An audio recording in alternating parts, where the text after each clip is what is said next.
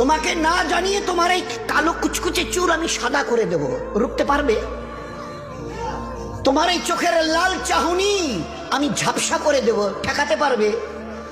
তোমার এই লোহার মতো মজবুত দাঁত 32টা 16 একটা একটা করে ট্রান্সফার করিয়ে দেব, তোমার কাছে কোনো পারমিশন নেব না, ধরে রাখতে পারবে?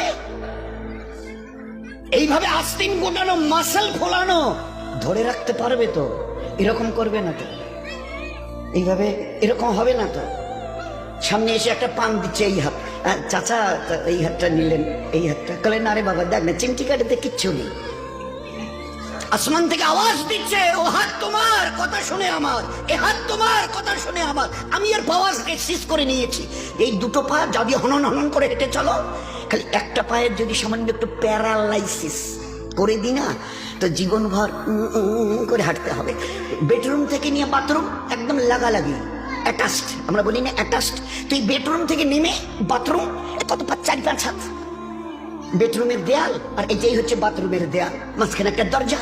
এখান থেকে উঠে ওই ঘর রুমটাতে পারবে? আছে পাওয়ার? কিসের দেমাগ তোমার? কিসের এই অহংকার তোমার? শুনুনি কোনোদিন নবীজির কাছ থেকে অহংকার, তাকাব্বুর এটা আমার চাদর, বড়াই এটা আমার চাদর, আল্লাহ বলছেন। আর আমার চাদর ধরে যে টান দেয় তার ঠিকানা কোথায়? ভাই বলেন না, সবাই কম বেশি জানে।